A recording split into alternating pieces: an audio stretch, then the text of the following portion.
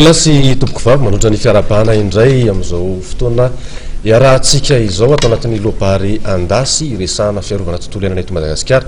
Lobary andasy andiany fahenina ity atrehantsika rehetra ity izay iarahana amin'izareo avy eo amin'ny conservation internationale ary toanany USAID amin'ny alalan'ny famatsimbolan'ny vahoaka amerikana. Tafiditra ihany koa anatin'ilay tetikasa antsoina hoe SCEPS amin'ny fiarovana tontolo iainana eto Madagasikara ity lobary andasy iarahantsika ity. Makasika izay indrindra ity ampiandohana dia tsara ngamba raha isy ny fanazavana fohy fampahafantarana hatrany hatrany na dia efa voaresaka foana aza isaky ny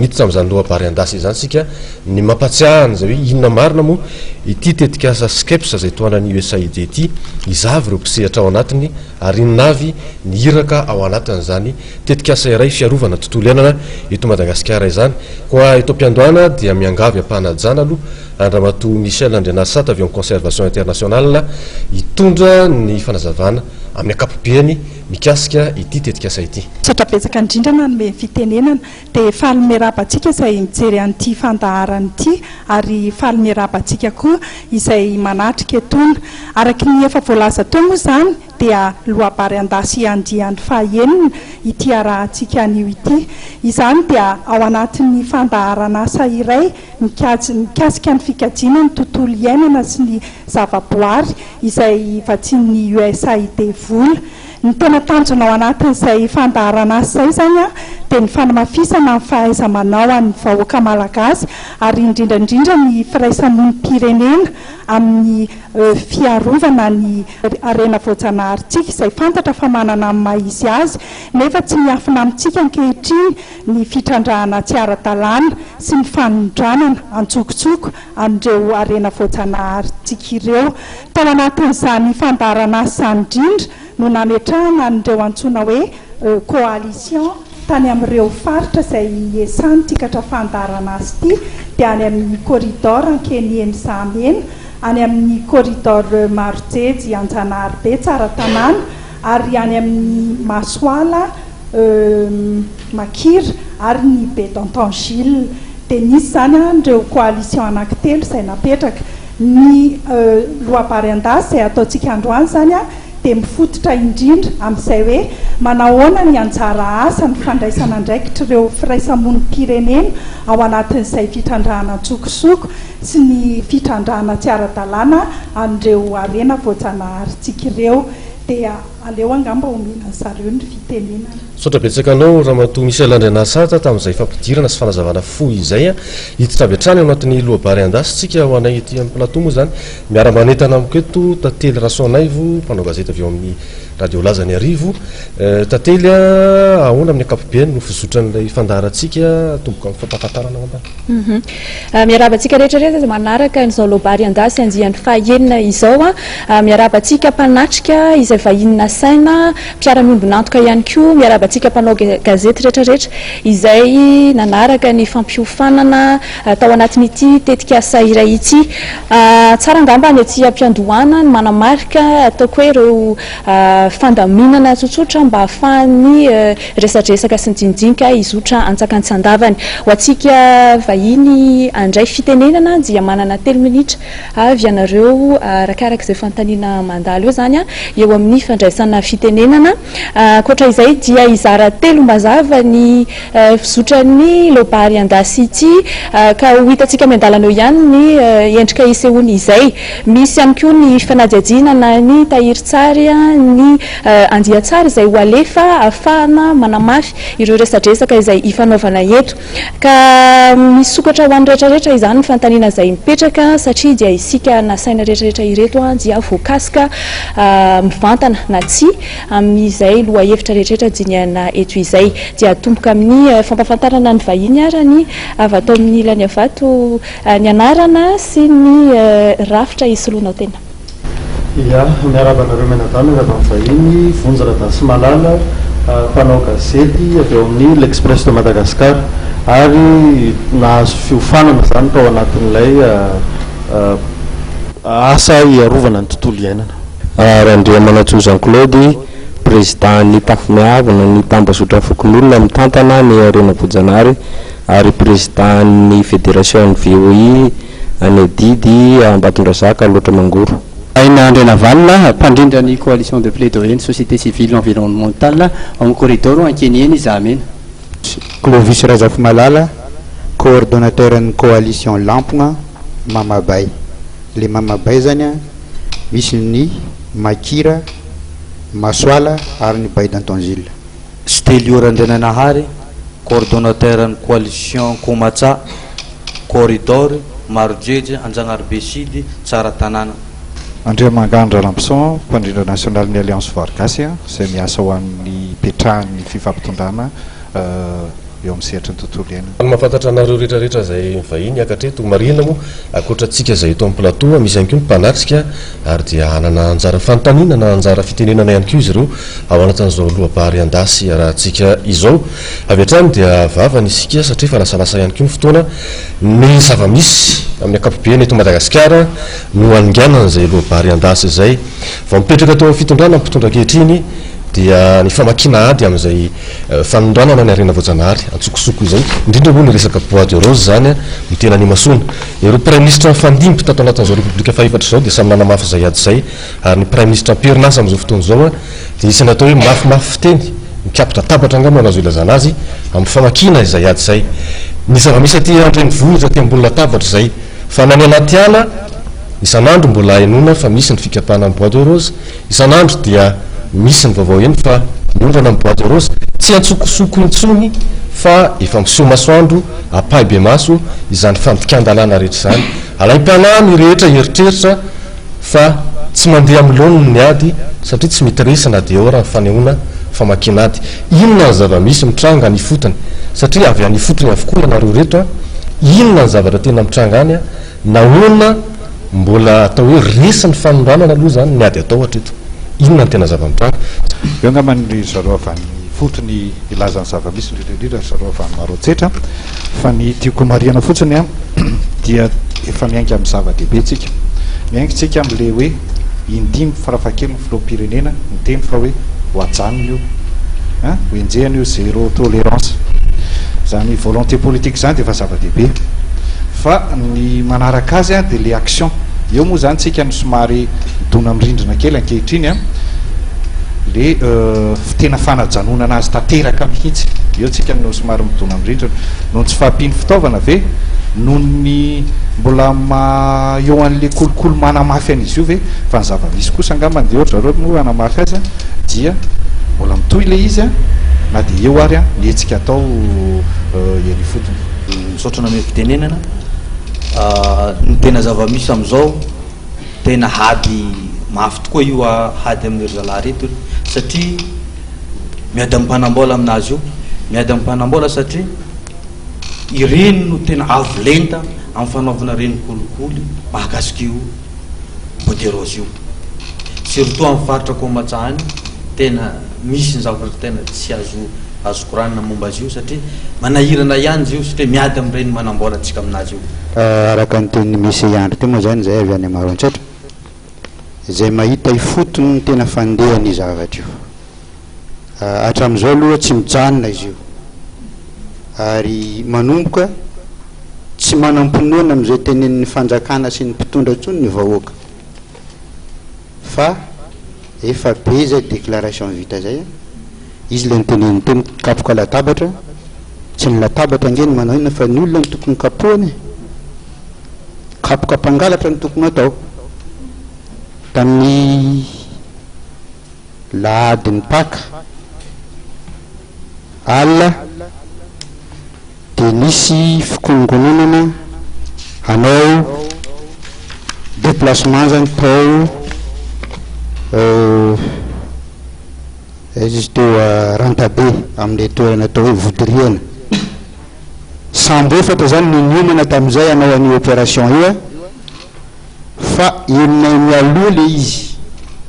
dia niantso ny tompony andraikitra rehetrarehetra tao an-tanàna terena andray andraikitra zay di bien terena andray andraikitra dia raha manontany nareo hoe ahoana ny fipetrany amin'izao ny amin'izao zany a tato anatin'ny roanandro zany mety tsy misy zany le fanondramana olage fa famindran-toerana alaina reny azo misitrisitrika ny ananina reny a dia afindra amin'ny toerana ray a hanomanana le fanisana ohatrehetra ny fanjakana atao atoato rehefa miantso ny tompony andraikitra dia milaza ho tsy tompony andraikitra izy ka zay zany ny olana eto ka tsy haiko na mivaly an'le fanontaniana le izy a misy a fanangonana amin'ny toerana ray a fanoloanareo stock déclaré nefa lasa zay zany nataony zalamy zao izany dia iarahany manao amin'ny tompony andraikitra sasantsasany avy aty Antananarivo sy any an-toerana zoatra tompo manana ny ambara mahakasika izay akoa ngamba ny isika vatao mikely amiko tsara ny fanambarana fa le izy tsy vita araka le voalaza teo hoe resahana te-ambony latabatra fa misy action zay tokony atao a ny fotony zany bois de rose ndrasantsika teo a any amin'ny komatsa sy mama be no tena atao ingeza be ary anisan'ny resaka ingeza be io a amin'ny firenena amin'izao fotoana zao fa zara tiako hitarihana ansaitsika fotsiny hoe aiza lesaka ahoana ny afona amin'ny bois de rose zay ataotsika ingeza be raha ny majinika any aminay ataoko hoe tsy teny ahako hoe kely fa tena goavana fa any amin'ny kazy a dia anisan'ny atao hoe ny palissandre mbola mandeha ary na zavatra tena ataoko hoe majinika indrindra zay tena mbola fitrandrana ao anatin'ny fitrandrana tsy ara-dalàna dia ilay sady tena mampalahelo a dia ireo ilay hazo anaovana charbon ohatra tiako ambara tiako tarehana saitsika dia hoe zavatra madinika ohatran'izany ary a mbola misy mbola tsy voafehy mbola misy foana le izy ary amin'ny sehatra goavana be ary a aiza zany hoe raha tena hitsina le izy dia hoe any amin'le fandraisana andraikitra mihitsy aloha mbola tena tokony a hojerena kay zany zareo avy anydidy amin'ny anaran'ny vondron'olona fotony zany na ny fokon'olona no isolona tena dia ny zavatra fanontaniana nipetraka amin'ny zareo hoe tsy vita ny fanjakana ve no miaro an'ity tontolo iainana ity satria raha alaina ohatra amin'ny bois de rose efa ataoko hoe 7 taona tatoato na 10 taona tatoato a hatramin'izao mbola tsy nisy anankiray tratra dia zay indrindra no natonga ny vondron'olona fotony a ny vondrona ihany koa ao anatin'ny tanjonakendrena ny famerenana ny asany fokon'olona rehefa ohatra tsy ho vitan'ny fanjakana izy dia andrainy andraikiny koa ny fokon'olona amin'ny fiarovana ny tontolo iainana satria ela loatra le fandraisana fanapaha-kevitra eno ihany hoe misy lisitra hatramin'izao tsy hita hoe ahoana misy ihany koa ny fandraisana andraikitra na dia zany ara fa tsy haiko na ny kolokolo koa ny betsaka dia namidina ara ny tompony andraikitra ohatrany tsy mety foana ohatra raha naka ohatra ny fitrandrahana safira tany edidy tamin'ny taona 2014 angamby iny raha tsy ny fokon'olona mihitsy a no nandray andraikitra niaraka tamin'ireo tompony andraikitra dia tsy mety foana ny fandringanana ny harem-pirenena eto amintsika manahirana ihany ny toerako eto satria za tsy vondron'olona ifotony na dia efa atao hoe nidina teny an-toerana ary fa ny tiako mariana voalohany fotsiny hoe angamba ny ministera tompony andraikitra aloha ny tokony hiteny voalohany hiteny hoe misy le fanondranana amin'izao sanyjanona mampalahelo ny hoe feto nanasaina ary ny atao hoe ministera tompony andraikitra voalohany amin'izany dia tsy hita izy zay maneho ara-viatranony hoe fahasarotany ny asa fanaovan-gazety ny vondron'olona ifotony teo miteny ny tompony andraikitra voalohany nefany a tsy hita anamarina na andiso an'izany ho anay manokana raha nandeha tany maro antsetra ny tenanay dia malaza mihitsy le izy hoe misy ary ny olona moa dia tsy samy teny an'le izy satria matahotra daholo araky ny tenen'ny rehetrarehetra teo hoe ny mpitondra ny tokony andray andraikitra voalohany aloha hiteny an'le izy fa tsy hiteny hitondra tabatra fotsiny nefa hatreto ny zava-misy dia tsy hita mivaingana zay ngamba ny tena atao hoe manahirana amin'le resaka amin'izao fotoana zao. Zay indrindra eo anatreha ny zavatra mitranga any amin'ny toerana zay misy anareo iavinareo tsirairay avy ihany satria ianareo moa zany ny ankamaroany dia hoe solotenany avy any amin'ny vondrony fotony manao ahoana ny fahitanareo ny tena hoe lesoka eo amin'ny fitantanana ny azo sarobidy eto Madagasikara, manao ahoana ny fahitanareo eny fotony any amin'izay iavinareo zay avy raha misy karazana ohatrany hoe fijoroana vavolombelona afaka zarainareo amin'ny mpanaraka antsika fanamariana kely angamba tantely hoe marina le fantanana mipetraka avy any fotony fa misy ihany koa na tsy avy any fotony ara re mpanao mpanadiady raha miteny ny avy izay tsika zao ohatra dia efa isany hoe mpikirakira vaovao foana amin'izany resaka ny fotony zany miara-miasa ny fotony ny mpanao gazety ivirana ihany koa satria vonjy-radasy malala zao tsy avy any fotony angamba nylazana azy eto fa efa tany fotony ary mino fa manana ny ambarany ihany koa zay nanamariana hoe isika rehetra izay avy amin'ny sehatra misy atsika samy nahita endrika samihafa angamba ny mahakasika an'izay lafiny zay. Ho anahy manokana aloha zany ny lesoka ataoko hoe maromaro ihany rehefa nandeha atao hoe teny fotony tenanay mpanao gazety maromaro ihany moa ny lesoka voalohany aloha dia ny ataontsika hoe asa izy tsy fahaiza manao ve sa fatahorana ho an'ireo vondron'olona fotony ry zareo reo dia tena manana ny tena ho ambarany mihitsy fa tahotra ny tena betsaka eo koa moa zany le hoe manahirana le izy satria atao hoe mpanao gazety mandalo ihany fa ry zareo no mitoetra ny tena atahoran'ny vondron'olona fotony aloha voalohany indrindra dia ny atao hoe valifaty ho ataon'ireo ataoko hoe tompona ndraiky mpanjakana ve sy ireo voaroroy voalohany amin'ny resaka fanondranana andramena any ka miahoatra ry zareo ilaza ny tena zava-misy marina. Ny faharoa ihany koa dia eo amin'ny tompona ndraiky mpanjakana any fotony izay atao hoe lozika any aloha amiko satria ry zareo atao hoe miaro ny toerany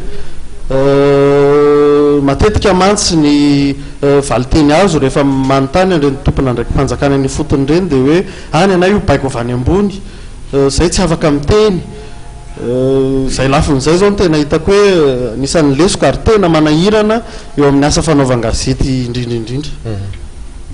Hita hoe lesoka ngeda be angamba dia eo amin'ny tsy fampiarana ny lalàna rehefa maheno kabaritsika dia hatramin'izay hoe tandalàna fa tsy hita mihitsy hoe tandalàna amin'inona moa zany tsika atao ahoana le lalàna ho ampiarina ho aniza dia eo zany ny tena lesoka ngeda be zay indrindra no mahatonga ny any fotony indraindray mieritreritra tsy mahatoky an'le lalàna zay apetraka fanjakana ntsony fa aleo kokoa aza miaina amin'ilay dina zay fampifehezana any fotony any ary dia zay indrindra ihany koa no nahatonga n'ilay efa nazavaiko teo hoe ny fokon'olona mihitsy no nandray andraikitra anafoana n'ilay fitrandrahana safira raha ka ohatra ny tany didy satria nalefa ny moraigy ohatra dia ohatra ny tsy foana le izy fa noto azy dia ny olona atao ihany misy kolokolo eo zany za tsy manao hoe ny moraigy no manao kolokolo nalefa ny emonaty tsy nety foana fa mbola eo ihany ny farany ny fokon'olona mihitsy sy ny VOI sy ny mpitondra teo toerana ny hoe andao toeritsika sy ty zavatra ty fa animbatsika be da be na ara-ekonomika na ny kolotsaina na ny sosialy dia eo zany ny lesoka hoe raha tena tantandalàna tadidiko ny premier ministre atsika vao ny kabary voaingana hoe asiana tribonaly spécial hitsara ny lalàna momba ny andramena dia iandro indray zany hoe anao inventaire ny andramena any indray zany tsika dia rovina indray vao atsangana le tribunal spécial dia mitombo foana ary zareo avy any toerana fampiresaka moa teo hoe amin'izao fotoana izao dia efa misy sambo efatra indray miandry eo dia rovina ihany zany vao andray ny tena andraikitra sika fa izay aloha dia mandray andraikitra na dia misy ary mifatahorana fa rehefa tena mivondrona rehefa tena mirahina na ny fanjakana ara mety ho lasa saina ihany hoe tokony andray andraikitra amin'ny adidy sy andraikitra amin'ny fanjakana atsika. Marina mihitsy voalaza ny namana Jean Claude teo any amin'ny resaka lalàna fa ny amafisiko fotsiny ngamba efa betsaka ny voalaza teo dia hoe amin'ilay fandraisana andraikitra mihitsy fandraisana andraikitra tena iketo dia miainga avany amin'ny ambaratonga ambony indrindra hatrany amin'ny farany ambany zay rehetra voakasika amin'ny fitantanana nylay arena voajanahary io na nyvondron'olona ifotony zany na ny solotena-panjakana iny fotony a zay rehetra mihitsy satria ninonona ho ataotsika na misy lalàna eo a rehefa tsy andraindraiky tsika zany hoe rehefa tsy ampiaritsika io lalàna io a dia namany tsy misy ihany a dia zay lesoka angeza be zay fa rehefa samy mandray ny andraikitra mpandrify azy ny tsirairay dia mandeha mizotra any amin'ny tokony misy ary mahazo vokatra tsika ary anisan'ray ngeza be indrindra raha miresaka hoe resaka andramena fotsiny dia tena lesoko angeza be dia ao anatin'izay fandraisana rake manina moa tsy mandray ndraikitra matolo olona tsy mandray ndraikitra amiko raha fahitako azy dia misy ny ataoko hoe kolikoly avy lenta mety voavidy ny sasany nanoho ny tahotra sy ny rehetrarehetra dia eo zany lasa misy lesoka dia metraika any amin'ilay a arena voajanaharytsika le izy a zay ngambany hoe azoko hoe amitinana kely anazy zareo avy any mamabe saika voateny zareo daholo izy teo a fa ny fatiako angamba le hoe lesoko ny tsy azoko fa raha ny fahazahoako ny atao hoe lesoka tsy lesoka fotsiny izy io lesoka zany zavatra kely fa tsika zao ndre anatin'ny bordel total ka tsy lesoka zany fa tsy haiko zay ilazana anazy fa raha le lesoko kosa aloha za tsy resy lahatra fa betsaka loatra ny tsy fandraisana ndraiky reto Madagasikara variana fotony atsika zany miaino le resaka tsara lahatra ry amin'ny latabatra tsy dia manome hasina loatra ny any fotony ny teny monsieur mpanao gazety teo hoe matahotra ny vondron'olona ifotony matahotra satria tsy manana fahefana nge ny vondron'olona ifotony tsy manam-pahalalana nge ny any pression be dehibe nge ny miatra any fa za kosa aloha hatreto a mbola tsisy natahorako tamin'ity zavatra ty zay ao amin'ny coalition lampona zany matetika ary zahay tsoahany elo reto ndray ry zalahy fa le ho tsoaka io izy io lesoka ny olona tokony ara iasa tsy tonga ny fanjakana lasa miady ny coalition amin'ny mpitantana rena voajanahary sasany na zareo ny ONG sasansasany makira ny MMP ny ao amin'ny forêt miady aminay ry zany olona zany miady aminay ihany koa zany ny mpitondra fanjakana any an-toerana satria zahay zany manao an'ilay dénonciation dia tsy tantiny le izy milaza izy hoe ampio zahay dia ampina izy dia izy ndray milaza hoe mena amboniny mena raha ny atelier tamin'ity zavatra ty fa betsaka zay ny solution fa maro agny atao ny atelier na ny résolution raha tsy azonay akory mitatataty eto zay a dia tsisy miaino zay nge le olana ka rehefa tena vonanao an'ity zavatra ty zay a omeo anay a ny mpanapa-kevitra le tena mpanapa-kevitra fa zay fa tsy teoany amin'ny olona tsy matapa-kevitra intsony saotra to ny lesoka hitako ny hitanay any aminay io tsy fandraisan'ny fanjakana andraikitra ny andraikiny no za satria mifaniliky ry zalahy reto ny manampainy fahanana ny toerana ny teny hoe tsy tompony andraikitra efa hitako hoe tratra le olo eto mbola tsy tompony andraikitra ihany izy ary ny tompony andraikitra zay any fotony ve sa aty ambony ny manahirana koa io zavatra io ny fanjakana koa mandray andraikitra feno efa vita azy ohatra zay satria ny volana modinkodiny ao ny vola modinkodiny ao avaizy fahefagna avaizy avy amin'ny finance voalohany ministère ny finance ao izy mahafantatra hoe zao ny vola miditry aty Madagasikara amin'ity taona aty ministère ny commerce koa io tsy manday kakazo io raha toka tsy efa misy commerce mipetrapetraka matipaika any zovy ny andray azy ministère ny transport mahafantatra io efa fanta hoe firy ny bateau tokony tafiditra aty Madagasikara amin'ity taona aty nefa mbola zay ny zavatra atao hoe tsy hita mahatratra nefa ny vondron'olo ny fotony zay na amin'ny coalition mahafantatra hoe renireny eny ny tratra retiny hoe ny bateau tratra firifiny monjona ty ankapesta zao hita mododa io aninona reto nefa zavatra misy tratra regny olona reny misy baiko avy aty ambony hoe avotsory regny fa reny nitsika ahoana zahay zay ny lesoka dehibe misy any aminay no misy mahazo ny coalition rehetra zay alliance borgasy ya azo lazaina mana avokoa ny resantsika teo a fa ny tianeo mariana fotsiny de zao rehefa mitondra vahaolana am'izao tsika de aloha mitondra vahaolana maharitra ny tiana ambara am'izany a de eo am'le resaka gouvernance nyresaky tsika teo dina nyresaky tsika teo vondron'olony fotony andraindraikitra sy nrehetrarehetra tsara avokoa zany fa aloha apetraka le fifampitondrana eto amin'ity fireneny ity na de zao olana zao ary no vahatsika dia vahaolana maharitra napetrakytsika anjara ny fanjakana misy anankidimy farafakely ny tena asan'ny fanjakana le atsotsika rôle régalienne anisan'izany a fiarovana ny fananany valagasy a sy ny hainy mpiray-tandrazana amintsika fampiarana ny lalàna zay ny faharoa raha tsy teny afa-tsireo fotsiny misy ny fandraisana amin'ity resaka ity tsika anjara ny fanjakana io a tokony atosikytsika anjaratsika FIRAISA MONIMPIRENENA manosika amin'ny fanjakana andray an'izay andraikitra zay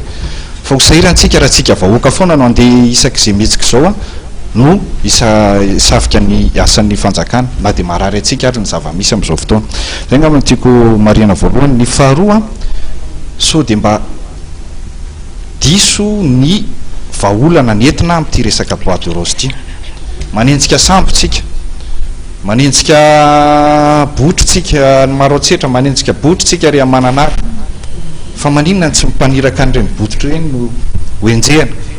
so de zay ny tsy mandany vola kokoa no mora atao kokoa eo zany tiako resana am'le hoe fampiarana ny lalàna ihany koa efa misy moa zany le ataotsika hoe lalàna mikasika an'le tribunal spécial zay anisan'ny lesoka lehibe tao amin'ny fampiarana an'le ordonnance mikasika an'io bois de rose io a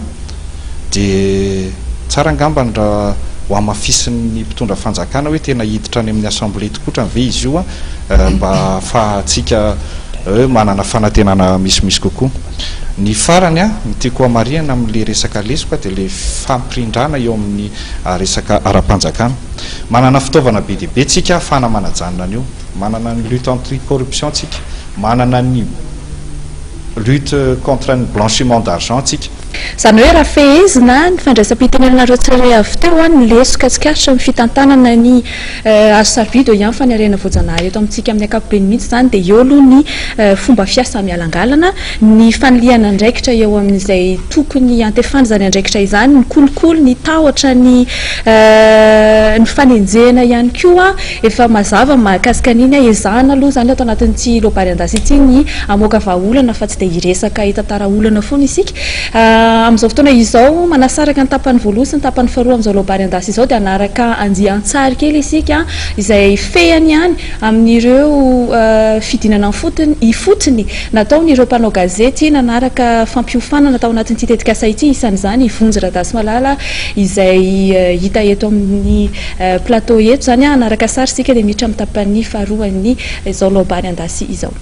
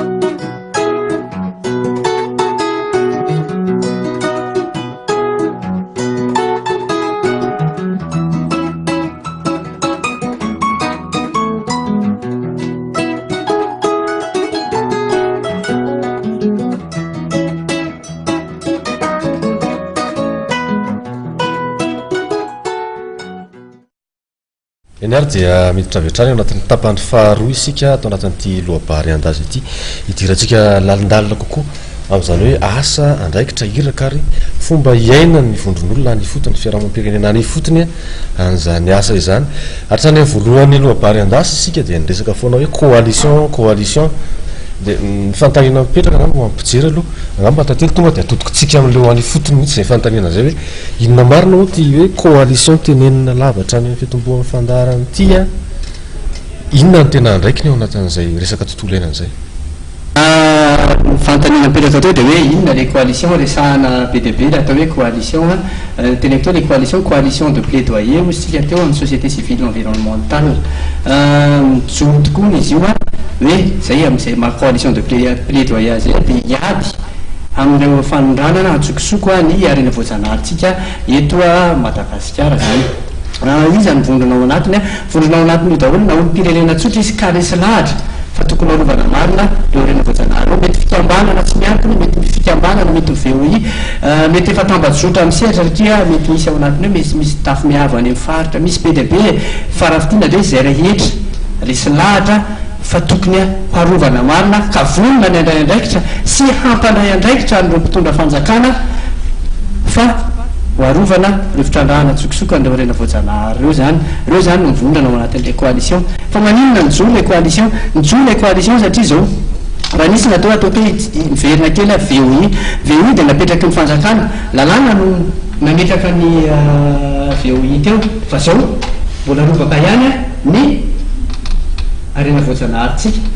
ohatranysika hiady amin'ny zavatra anankiray raha ohatra ka olona ray aloha ny tsy aresan'le olona matanjatanjaka dia vorony reo anatina fédération dia le coalition zay efa mafimafy ny ady tsy mety voava ihany tao anatin'ny fotoana elabe zay raha fametrahana ny VOI raha tsy isa tany amin'ny taona 9 tany nefa nanomboka napetraka 5 sy 4 tsika zao VOI napetraka fa hompitantana iny fotony matoa napetraka ny VOI tsy vita amin'ny fanjakana rehetra ny fitantanana ny arena voajanahary fa mbola tsy voava ny olana nisy ny sehatra fédération na apetraka ny coalition zany hoe zavatra raingeza be ary hatramin'izay ngambany tsy mbola nisy ataoko hoe VOI afaka nitondra teny niakatra plateau ohatran'izao afaka ary nyfanirinay ary zay nangatany ao anatin'ny coalition dia hoe tsy mijanona amin'izao ty ary zay mihitsy nytanja tsy mijanona ny ady raha tsy voava ny olana zay zany le tena antom-pisiny ilay coalition sotranao amin'izay fanazavana izay ho anareo avy amin'ny fiarahamonim-pirenena izay hoe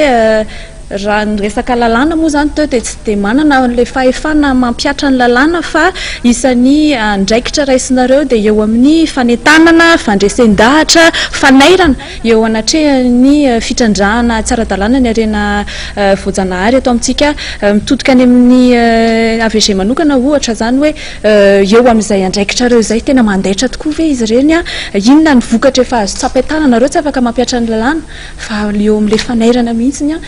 aiza ho aiza ny vokatra tamin'izay andraikitra reo izay tiako apetraka amin'ny sehatra misy azy le fanairana zay ataonay na ataon'ny zaroany amin'ny coalition hoe fa manina tokotra no manaitra satria ny tsy voatery ny malagasy rehetra tsy voatery mitondra fanjakana mahatsapa an'le irifiry an'le zavatra indrindrindrindra le ohatra dia amin'ity resaka tontolo iainanyity tsy voatery zany hoe tsika rehetra mahatsapa an'izy nefa indraindray ilaina vahaolana politika ny fitantanana any arena voajanahary dia eo zany le fametrahana an'izay hoe zavatra tsapana na ny coalition na ny alliance vargas zay marary anazy zay fametrahana an'izay ho lasa olam-bahoaka problème public ozy izy tsika zay tena asan'ny ny antony isinyreny fanairana ireny dia rehefa lasa problème public mola izy zany dia lasa mazava ho azy raha tokony hoentin'ny mpitondra fanjakana ny vahaolana dia rehefa mampiatra an'izay vahaolana zay ny mpitondra fanjakana dia eo indray zany no mipetraka ny firaisamonim-pirenena hoe aiza ho aiza ny fahombiazan'izay vahaolana zay ary aiza ho aiza ny nampandaitra an'le izy ny ataontsika hoe ny vokatra efa azo tsapain-tanana dia zao hoe ny efa nanomboka efa tany amin'ny taona 3 sy 4 na 2 anke fanondrana tsara-dalàna io ankehitriny izy lasa tena olana iraisam-pirenena misy antony zany misy dika an'ireny fanairan'ireny lasa olona resam-pirenena ny bois de rose moa zany lasa tafiditra any amin'ny CITES anaiksadoan'ny CITES le fifanarahan'ny resam-pirenena momba ny arena voajanahary mety ho lany tamingana zany dia efa vokatra avokoa raha hidina ambanimbany kokoa tsika ny teny moa zany raha tao maro tsetra atao hoe tao anatin'ny roa herinandro lasa zay ohatrany somary nangingina fa tsara ho mariantsika koa ihany koa fa nisy maty mihitsy any tamin'ireny fanondranany ireny vokatry ny hoe tsy maintsy atao amin'ny alina le izy satria tabataba ny firaisa mompirenena ao koa ny fanjakana moa rehefa voatosika tsara izy hoe andray andraikitra lasa voatiry tsy maintsy amin'ny alina mampalahelo moa hoe le misy fahafatesana fa entina fotsiny le izy zany itenenana hoe may sarotra kokoa raha teo aloha tao anaty contener reny bois de rose reny naondrany jerevantsika ihany koa zany ohatra hoe tsy teny fa tsy resaka sokatra tsika tamin'ny naniakatra ny ataontsika hoe fahatratrarana sokatra tamin'ny taona 7 tratra teo amin'ny 3 teo ny sokatra tratra teny amin'ny aéroport sy tany ivelany zany dia efa azo lazaina hoe mampalahelo le izy hoe mbola misy le fanondranana fa raisitsika amin'ny lafiny ataontsika hoe pozitiva ihany le izy hoe anisan'ny vokatra azo raisiny reny hoe miakatra nisan'ny zavatra tratra re-pirenetsika tratra reny ya ny fomba fijery any AVG zay pisehatra zay ary mijeratra any amin'ny sehatra resam-pirenena fa mijanona nareo mirahalahy eto kaiky koeto aloha zany maraotsehatra sy mamabe isany hoe ianareo araka ny teny teo hoe tsy manana la fehifana-piatra lalàna ny sambotr'olona ao anatin'io fa ny nanofanana anareo dia ny fanaovana fitoroana dénonciation fanaovana an'ilay atsisika tao anatin'ny taona voalohany zay efa mipetrahan'ity tetikasa skeps ity heritaony tsika zao no efa tao manahoana kosa ary aloha ny vokatra satria tsika teo dia mitanisa olana foana mitanisan'ny tsindry ny atao hoe sakatsakany isan-karazany fa raha izany naty zany ny asa nareo tany fotony inona natao hoe mba vokatra araka ny tenin'ny AVG teo hoe mba nisy zavatra niova kosa ve tao anatiny sady ilay etatany amboalohany ihany mbola eta misy atsika sy ny situation misy atsika am'izao ia zay araka ny teny mese andro teo moa zany dia nisy tokoa moa zany ny fiovany fa ny tena tinaingy ny fijanonany tanteraka mihitsy ka zay le mahatonga ny tsy mety afapo mihitsy amin'ny zavatra io misy kely any fiovana raha natao tamin'ny atoandro izy teo zao izy dia efa amin'ny alina ohatra ia dia zay rehetra olona tompona ndraiky mpanjakana ka voaroroy tamin'izy io zany dia nafindra toerana dia tonga zao ny vaovao fa mianatra n'le principe izy anatin'ny 3 volana dia mahay indray izy rehefa avy eo dia fa tokony hiala indray izy zao satria zay zany mahakely an'le izy ekena fa tsika mitady solution maharitra fa le zao de zao koa zany mila tadiavina ihany koa ka raha manontany anareo misy vokatra hoe misy de misy tokoatra tompo fa ny mampalahelo za zany le olona iantefany le etaeta zany ohatrany efa tsy misy efa manomboka tsy mandray any antsony ny olona antsony amin'ny telefony zay andray le zalahy tena fa misy amin'ny 1 aly io misy andro io fa amin'ny 2 aly lakota basinay misy an'izao angety dia zay zany mifandehany amin'izao zany fa tokony akarina kelikely zany le degré n'le izy tsika voatenina teo daholo le tokony tenenana ny agny mihitsy ny tena manahirana zahay ny vokatra fa misy satria misy ny tratra maro ny fa tratra ary nefa tonga saigny efa presque tonga saigny aby zahay agny fotony afa te hagnilika io tanteraka afa tsy te hagneny fa tagnilika tanteraka io fitrandrahana io tena fa misy fa miankina be deabe aiky amin'ny manam-pahefana na amin'ny tompony andraikitra na handray andraikitra izy na tsy handray andraikitra lazan'izay tompony andraikitra izay indrindra manao ahoana fiara-miasa anareo ny ato koa mety manana avaly fiara-miasa sy ny ino moa zany hoe ny fifandraisana eo amin'ireo fikambanana miaro ny tontolo iainana reo tompony andraikitra isatsokadiny ny fotony eny manao ahoana izay fiara-miasa izay fiara-miasa raisiko fotsiny angamba aloha hoe amin'ny resaka hoe tompony andraiky mpanjakana satria zay ny voalaza malaona fiara ny olana goavana be ao anatin'izy raha ny tokony izy ary raha ny rariny sy nisiny dia manampy tokony miara-miasa ny fitondram-panjakana sy ny coalition ny VOIS rehetrarehetra lo pisehatra miaro ny tontolo iainana ny fotony ireo ny zava-misy nefany olazainy eto le izy de zao indraindray le efa manao an'le asa ianao zany ao anatin'izy a de lasa mipetraka ny zavatra ohatran'izao lasa manao ny asanay ianareo misalovana ny andraikitra zay napetraka taminay ianareo lay firaisa monipirenena reo lasa miteraka olana zany zay zavatra zay indraindray zava-misy nefa raha tena malalaka ny saitsika raha tena mijery amin'ny fomba malalaka tsika de zao manampy ny fitondram-panjakana ny vondron'olona ifotony amin'ny fitantanana andreo arena voajanahary reo fa mety ao anatin'izay zavatra zay mety misy hoe voatotohana mety tombotsoany sasany de lasa miteraka an'izay le izy na zany naty zany kosa nefany lasatsika teo hoe somary miverina kely le fanontaniana teo aloha inona mivokatra anisany zahay tao anatin'ny coalition ny kazy tao zany nanao lobarendasy tany Brikaville tamin'ny taona lasa iny zay nanasana andreo tokony andraiky mpanjakana ny lehibe ny faritra ny solombavambahoaka ny chef district fa natsoina ihany koa le olona nifotony zay tena hoe tena mipetraka eny amoron'ireo ala misy arena voajanahary reo zay nanaovana lobarendasy tena hoe aty hevitra teo izy de tao anatin'izany kabary aloha ny teneniko satria zay nataony miandrotsika amin'ny fandraisana andraikitra fa raha ny kabary zay navoakan'ireo de tena handray andraikitra hatrany amin'ny lehibe amin'ny faritra ny solombavavoaka ny chef district ary ny zavatra ray zay tena anisan'ny vokatra ao anatin'izy anisan'ny fiarahamiasa raha hoan'ny district amin'ny Brikaville de anisan'ny laza ny lehibe ny district tamin'izany fotoana zany zavatra tsara izy miala hoe manao fivorina isam-bolana izy ary hotetezan'ireo commune rehetrarehetra ao aminazy asaina manokana afaka miatrika an'io ny VOI afaka milaza zany ny zava-misy eny an-toerana zany hoe mahafantatra ny zava-misy hidiny ny fotony zany re tompony andraikitra zay ngambany anankiray ho amin'ny sehatra tsy miankina araka teneniko teo nge ny sehatra tsy miankina ny akamarony raha ho aminay zao de mpikambana ao anatin'ny coalition dikan'izay fanampy ao anatin'le izy ary ny rarina de hoe tena isy rehefa mitovy ny tanjona mandeha io fa rehefa tsy mitovy ny tanjona de tsy mandeha io de amaranako anazy de zao hoe isika raha iara iasa raha isika raha mijery an'ilay tanjona anankiray mbola de hoe andao arovana ny arena voajanaharytsika eo de tokony eto de mampitovy fomba fijery ety izy zavatra tsy mitovy ny mpitantana eny fotony ny firaisa monipirenena sy ny tompony andraiky mpanjakana raha mandeha reo de mifanampy mandeha io zavatra io mariany moa zany hoe ny fiaramiasa amin'ny fikambanana tsy miankina na eto an-toerana na ny any ivelany ohatra misy anampiana akoatran'ilay efa voalaza teo ny anampiana anazy angamba tohana mono ataon'ireo fikambanana iraisam-pirenena na ny eto an-toerana amin'ny fiaramiasa amin'ny VOI na ny fokon'olona amin'ny fitantanana ny arena voajanahary de zay indrindra no antony iresahana sy nananganana ny atao hoe coalition ny tafo miavo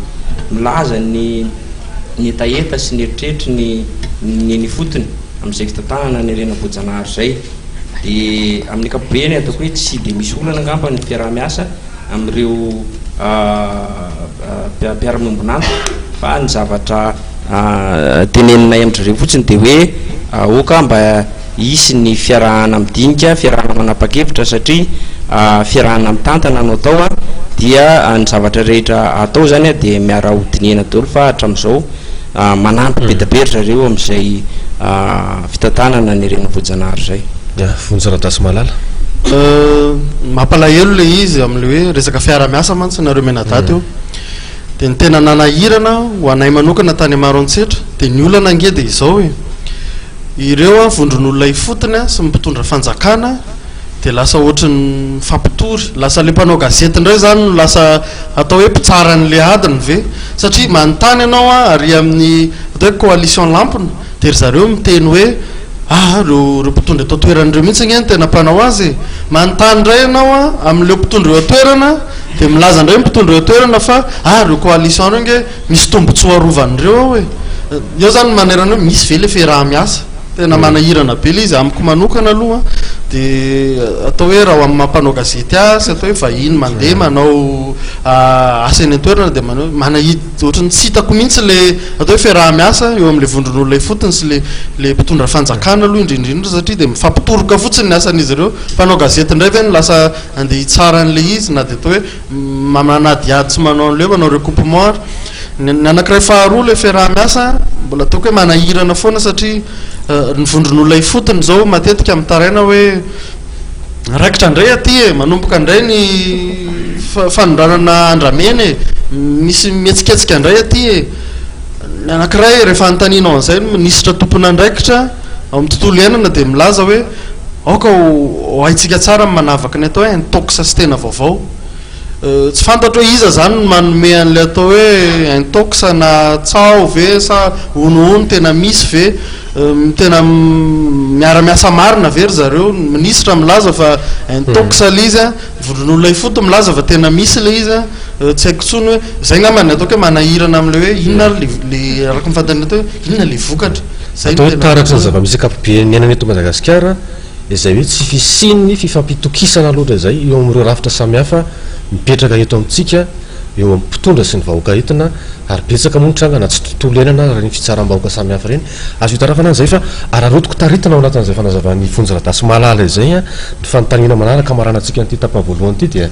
aza vatao ohatra aloha mamabe fa andray fitenena anao avy eo a dia fameno amin'ilay izy rehefa avy eo fa mipetraka aloha le fanontaniana hoe ao anatin'izay fiatrehana ny andraikitra izay manao ny adisisika ianareo zany hitoroka ianareo ahoana ny eritreretina hoe ahafahana mampahomby an'ireny hahatonga azy tena hoe isy fiatraikany a satria fantana zany efa niteny daholo ianareo teo hoe inona ny tsindry inona ny teritery ao anatin'izany rehetrarehetra zany satria nisy famatsim-bola tao nampanaovana fiofanana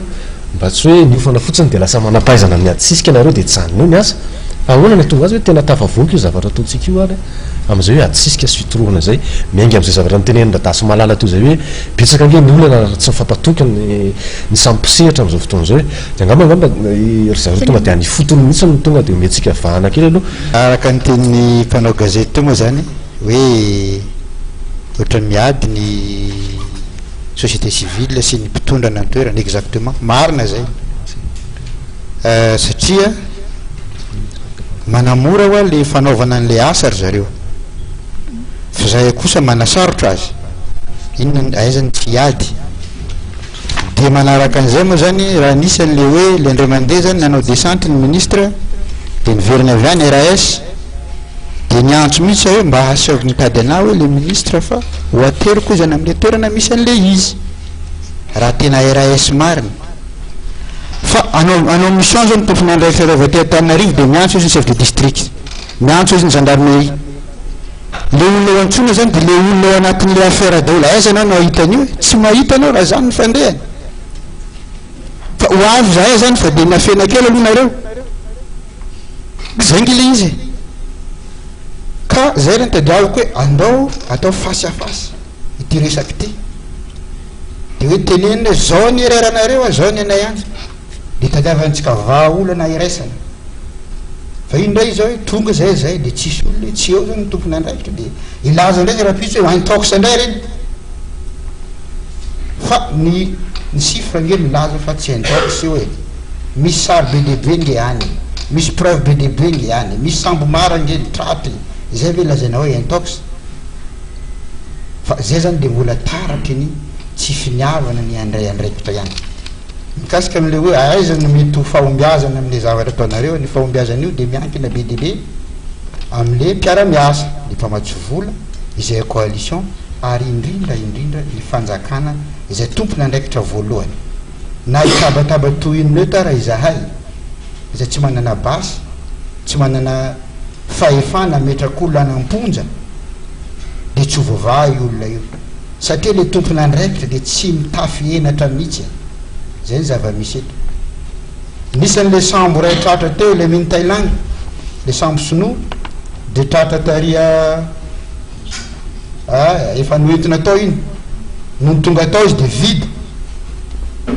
sambo mandeha efa ho ambolana miala avy any amin'ny misy azy dia tonga ty dia tsisy ininona ao anatiny nefa mpanjono no ny ataon'le sambo rehefa tenenina am'izay dia zay fe dia atao hoe intox dia tsisy olona na iray ve mba afaka anao enquête approfondi amin'ny zavatra iny fa dia tonga dia lasa fotsiny am'izao le sambo dia avy afaran'iny zany dia tonga le zay olona rehetrarehetra nandray andraikitra tamin'iny nanao interpellation ny sambo iny na izy affecté na izy nazo demande d'explication hoe finona ny ataonao tany zany ve ny asanao dia mitodika eo monsieur mpanao gazety zahay izahay ve ny diso sa ny mpitondra eny misy tombontsony tokoa anatin'izy io marina zany fa le tombotsony eo anatiny zany le tombotsony ny faritra le tombotsony fiarovana ny tontolo iainana sotra tompoko Efa nisy fitsidiana ihany tao ampaham-baolana ao anatin'izao hoe olana voatanisa maro ireo eo amin'ilay fitrandrana tsy ara-dalàna ny rena voajanahary fa mialoha izay dia manasa antsika anaraka ity horonan-tsary fanadihadiana iray ity izay vokatry ny fanadihadiana nataon'ny ampahany tamin'ireo mpanao gazety nanaraka fampiofanana tao anatin'izao tetikasa izao any amin'ny any aloatra moa zany no mitranga ny horonan-tsary fanadihadiana rahantsika izao dia izay ny mamarana nyity tapany faharoany lobary andasy ity.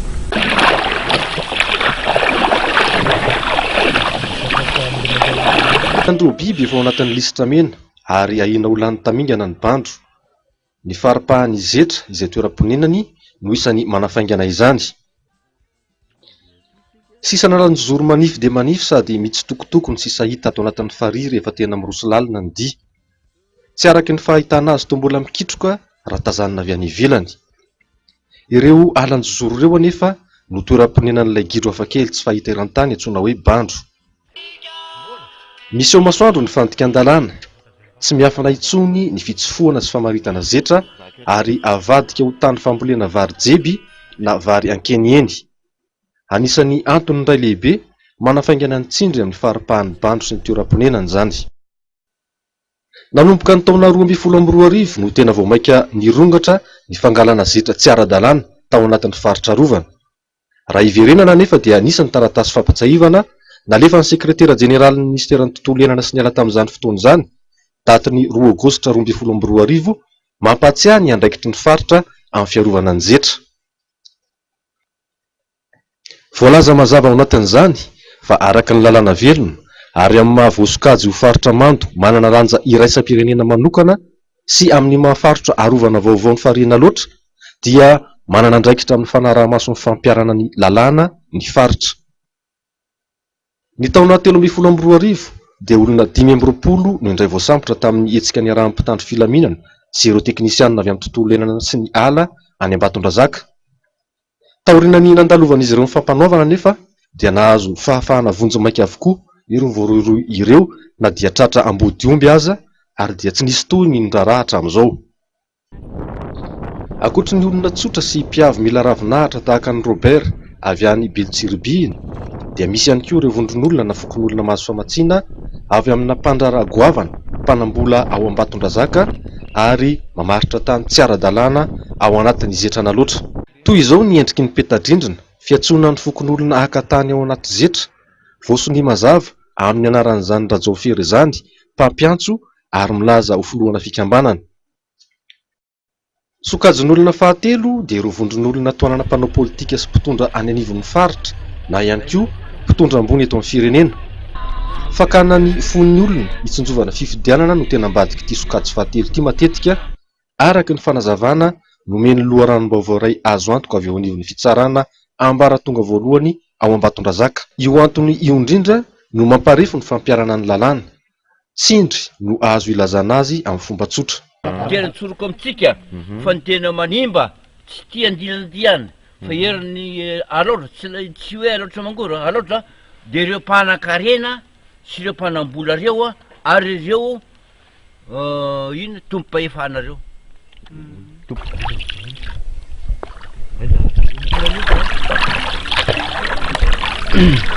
Rehefa avy any aloatra isika tamin'ny alalan'ilay horonan-tsary fanadihadiana teo dia iverina eto indray manohy sady amaraparana ny resadresaka amin'ireto vahiny ireto mahakasika ny hoe fitrandrana tsy ara-dalàna ny arena voajanahary amintsika patsiahivina antsika fa ny loha hevitra izao lobary andasy izao dia hoe aiza ho aiza ny fandraisana anjara sy ny fandraisana andraikitry ny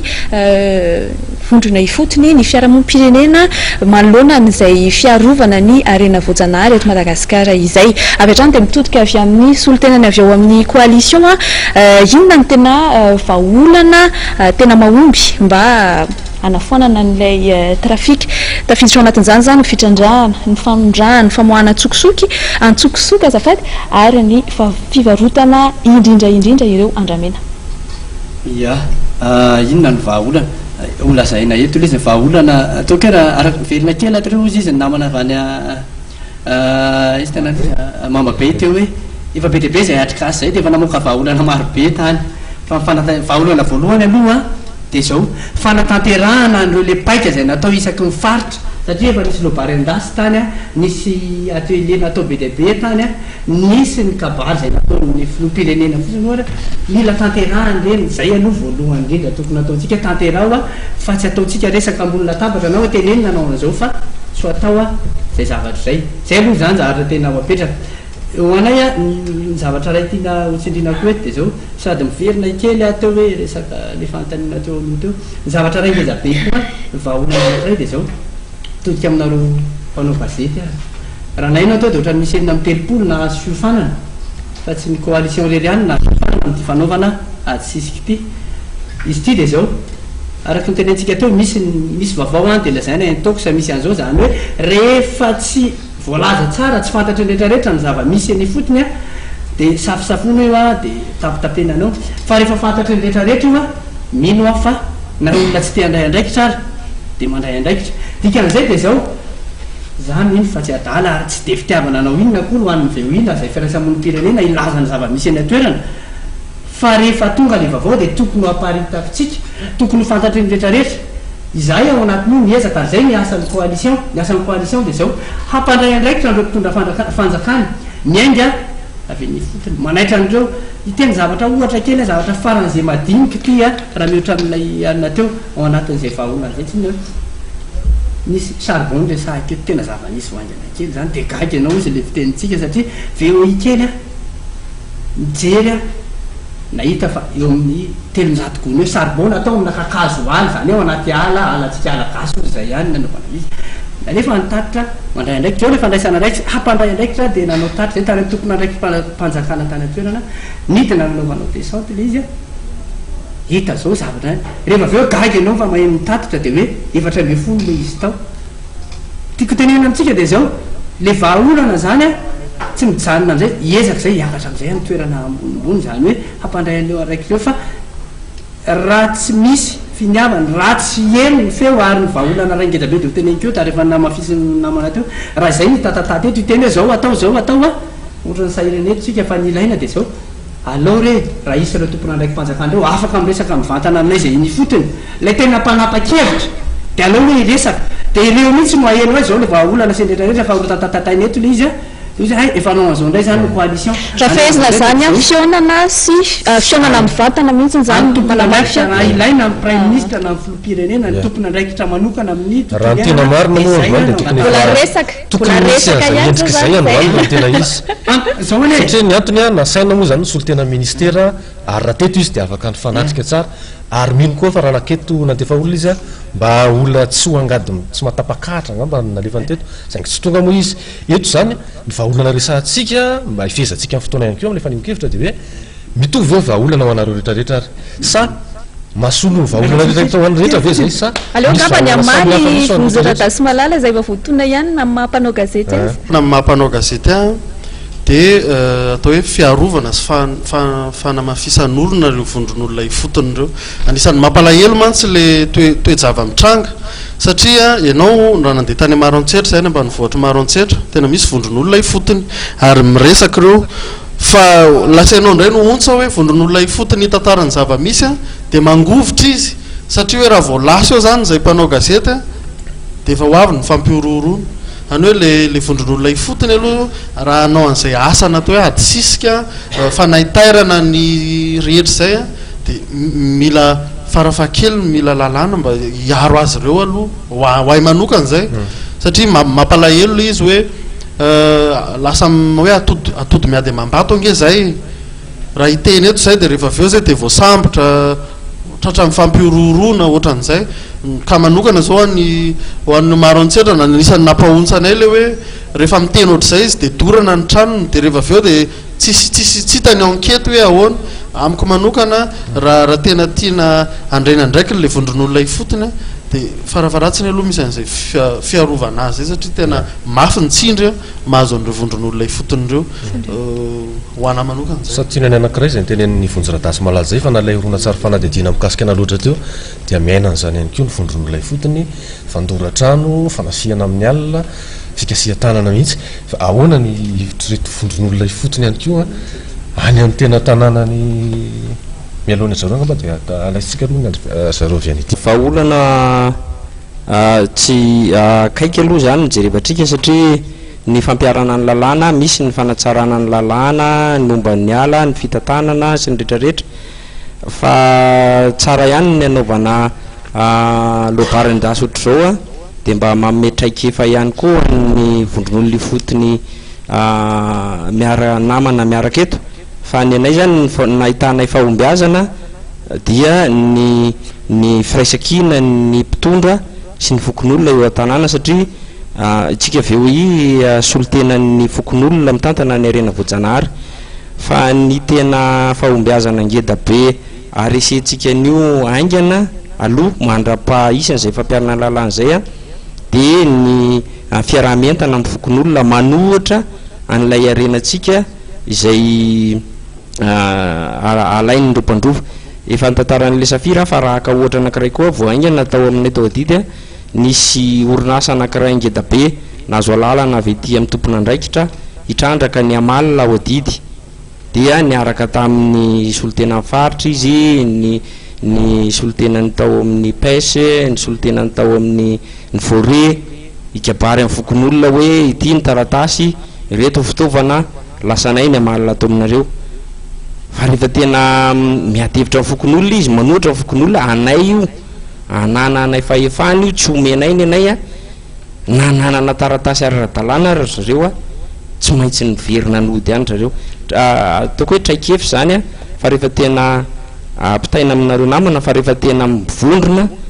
ny mpitondra sy ny fokon'olona sy tsika VOI amin'ny fiarovana an'io a misy fahombiazana ihany matetika be da be ny fahombiazana efa ohatr'izany ohatra hoe zetra vazaha naka 10 hektara rehefa tena nilaharany fokon'olona niverina ihany le izy ny vahaolana zany efa betsaka va izy tia nefa natao any amin'ny trafic international zao misy pazo maromaro nalefana ihany vahaolany maro antsaitra io dia misy koa any amin'ny UNESCO tamin'ny atelier natao tany aminay tany fa ny tiako fantatra ihany ho aiza moa ty vahaolana ho arosonay ety zany andray anazy dia izy no hitraité anazy fa miverimberina ho ale izy dia ohatrany hoe resaka fotsiny le izy fa tsisy application ka za manokana dia fa kamo ny laza hoe inona ny vahaolana satria haiko ny olana dia ny fanjakana tompony andraikitra voalohany iady amin'ny fanjakana iady amin'ny fanjakana ve zay ve ny vahaolana amin'ny fomba hoana nefa zay zany ny problème vahaolana avy aminay asangamba volagny hoe afindra tanteraka ndray amin'ny vondron'olony fotony fitantana io amin'ny akohatra atsika talohany mbola tsisy fanjakana ny tantana io mbola vierge ty ala io anao zao asa ikapakakazo raiky lefa maika alefanao eo matory alohanao raha tsy mampagninofy anao igny kakazo igny azonao tapagna izy raha mampagninofy anao io kakazo io tsy azonao tapagna le lalàna le coutume mihitsy ny tokony apetraka ndraiky hoe izy io avreno tanteraka amin'ny vondron'olony fotony zio efa nisy dingana nataonareo ve miompana amin'izay nitodika amin'izay hoe famerenana amin'ny vondrony fotony ny fitantanana ny ala izay ohatra efa nanao zahay fa izy boka voalazana zay zany tsy tompony andraikitra ary tsy manana ny tokony ho izy boka zany kofa misy ny raha tokony atao manoloana io fitantanana ala io tokony avy agny fotony no zahavana hatraiza ny lalàna mifehy zahay aty inona ny tokony atao satria raha misy lalàna na dina mipetraka amin'ny faritra anankiray ane idina io tsisy olo na raiky aza no hafaka mandika io dina io amin'ny faritra io ke raha anao magntany hoe ahoana ndray dia avriko fa miverina ao io mipetraka le dina mipetraka amin'le faritra foanao azy io tsisy olo afaka andehany tsy possible hoe ny vazahana ny sinoa avy any Chine andeha ao amin'ny faritra sava andeha alaka io kakazo io raha misy dina io miry marina zay ao raha megna io fahefanay marina zay saka mifameno amin'ny teniny namana mpanao gazety any izay avy amin'ny AVG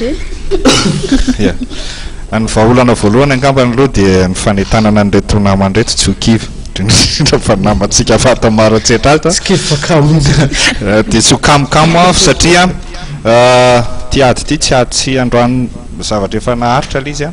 tsy rapitso no iova madio be ohatran'io fa tokony toizana foana zany satria ilaina le fisin'le FIRAISA MONIMPIRENENA ny faharoa tiako resahana dia hoe raha mijery ny statistique tsika misy ala misy faritra sous administré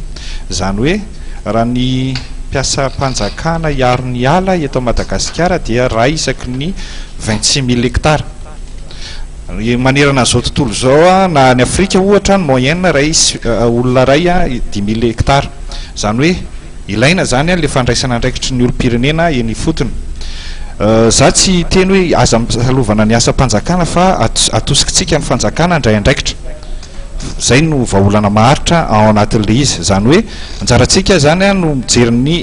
are-pirenetsika mampandre raha misy ary tsy leo ny mampandre tsy kamo ny ampandre fa ampandrenesina foana fa misy vokany io amin'ny farany amin'ny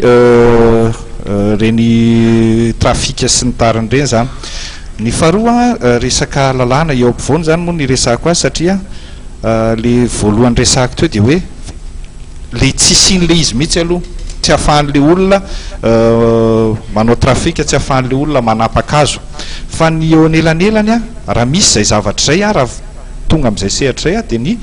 fahafahany firaisamonim-pirenena mijoro partie civile zany hoe fahafahany mitory tokony mazava tsara mboarina ny lalànantsika zany indrindrindrindra amin'ity resaka andramena ity hoe afaka mitory ny firaisamonim-pirenena mety apetrakitsika ny sivana mamaritra ny hoe iza no afaka mitory iza natsona hoe firaisamonim-pirenena fa zava-dehibe fotsiny dia hoe afaka mitory ny firaisamonim-pirenena ny fahatelo farany dia mile resaka hoe impunité tsy tokony isy zany ary tokony anome an'izay sary zay ny fanjakana hoe tsy tokony isy ny ambony lalàna eto amin'ity firenena ity fa zay nge mampatahotra andreo vondron'olona foton'ireo hoe sasahiny miteny satria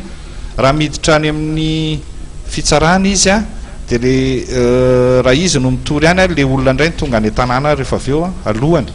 ka zavatra efa misy zany ka zay impunité zay zany tokony ataontsika hoe tsy tokony isy eto amin'ny firenena misy orana be dehibe nareo telo amin'ny rahalahy mianaka inona amin'ny rahalahy mianaka zany teto amin'ny plateau fomba fafanao mahazatra zay mbola tsy hita amin'ny maharatsy azy amin'ny lobary andazy ohatr'izao dia misy ihany koa lay fampandraisana fitenenana fandraisana fanontaniana avy amin'ny mpanatrika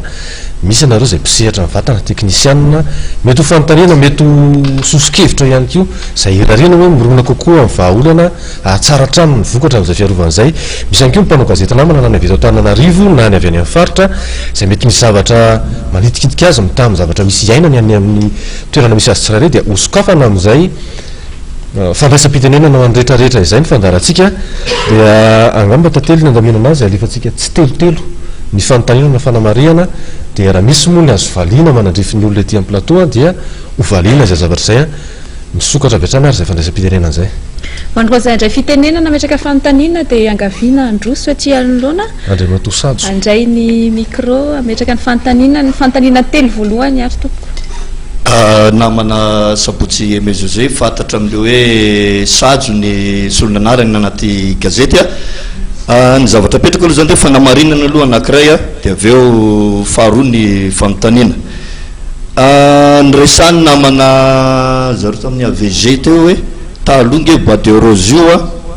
alefa atao anaty conteneur dia naondrana tany amin'ny sambo miala avy any amin'ny lalam-pirenena fadimy ohatran'izay inona mivokatra tamin'izany betsaka ny fahatrarana satria anaovana faux déclaration le izy miditra amport dia mody atao maty ny secannaire dia tafiditra ny entana kanefa nisy any tratra tamin'ireny dia niova ny fenitra nyreo mpanao trafikana bois de rose inona ny vokatra nataon'ny fanjakana tiako atongavana eto zany ny fanjakana mihitsy aloha tsy manana volonté hiady amin'izany fanondranana tsokisoko bois de rose zany ny fanana ny doanina tao maro antsetra fa raha natsapatsika raha vonfanana doanina tao maro antsetra na hanomboka teo ny rongatra zay tsy izy fanondranana bois de rose raha nandalo tany Tomasina farany teo ny ministra ny fitantanam-bola dia anisany nametrahako taminy satria raha nilaza izy fa hiady mafy amin'izany kolokolo zany ary ampanara-dalàna ny mpiasa ny faditseranana dia anisany napetrako taminy hoe oviana ny averina doanina ao maro-antsetra mbola tsy fotoanany zany ozy izy amiko zany fanjakana mihitsy no tsy vonina hiady amin'ny fanondranana tsokisoko ny bois de rose ka any zany aloha takitsika voalohany everiko vahaolana ankiretiko ny atao zay faharoa dia hitodika kely aminareo maro antsetra namarana kely izao vitipitinina ihany ya anamarina kely ny loharano baovao zay vorany telefôna tany isaka mivalo rehefa hoisy zany fa ny famindrana ny azo io amivalo ka hatramin'ny ray sasany maraina na am'roa maraina de marina aveo ny fa tsy mahazo ireo tambajotra na antso ataribe sotra tompy ery fisendrerandray na correspondant ny gazety l'Express de Madagascar any loatra eto moa ny adevitra de salany mahita zay etsy hoe arena voajanahary ka angamba tsy ny bois de rose ihany no tokony voatanisa ao anatin'izay fa isafirana dilamena io avy any didy izy io teo ndroasina taondreo reo olona reo dia nagasina Sri Lankais zany io de anavaratra tany Talandava avy eo nahazo an'iny faritra anany zao izy any andrefana na Andrebabe tsy na Andrebabe ny misy azy zao de ny tiana olazaina de to ohatra ny memana lavitra le tany misy fahefana sy tena akaiky ny manam-pahefana sy ny olona tokony andray andraikitra le carrière na safira ary le fifindrany mianavaratra dia ao anatin'ny tandavanala ankeny zamena iny misy azy de sahala nefa milaza zay hoe misy safira marina zany eo niza manam-pahefana nefa mba nanontaniana misy ve safira isa tsisy tsisy ny valiny nisy ireo mpangady safira niza nanontaniana analina izy ireo milaza samy tsisy nahita avokoa ka le fifindrany avy tarididina ka ny adilamena io ve tsy milaza ankolaka fa misy marina le safira ary sao de ny saritany Madagasikara mihitsy ny tokony averina de hoe ireto ny misy safira eto Madagasikara mba ho fantatry ny olona marina zavatra zay farany tantara ianaran'ny ankizy any amin'ny T3 T1 de T4 T4 sy ny karazany tsy misy an'izany akory Madagasikara ka dia ity bois de rose safira ty raha ondrana le izy sambony tratra etsy sambony ero farana ondrana safira ve efa nisy nahita sambotsika reo tsisy fa le anaty posy le izy ka zay no mahatonga ny olona miteny tsy misy le safira ka samy arena voajanahary avokoa izy reo ary rehefa tena ataony sokajiny ny vidiny teo sahalan'le safira ny ambonimbony kokoa satria kely izy fa iry eraky ny sambo vo mety mitovy ny vidina safira iraiky vita ohatrohatry zay zany izy ka soa de diso famindra ihany raha ny bois de rose ihany no iantefa ny ady sisika araky ny voalaza eo ataotsika fa ireo arena voajanahary reo na ny sokatra be dehibe izy ka zay no mba fanontaniana avy ety avy any amin'ny vahoaka mihitsy moa zany no nentina tsetra voalohany moa misaotra anareo ato amin'ny matv misaotra koa moa ny mpandray anjara jiaby question anakahy zegny araiky fo zay zegny eritreritry baka kamy mba hifanojy solotegnan'ny ministre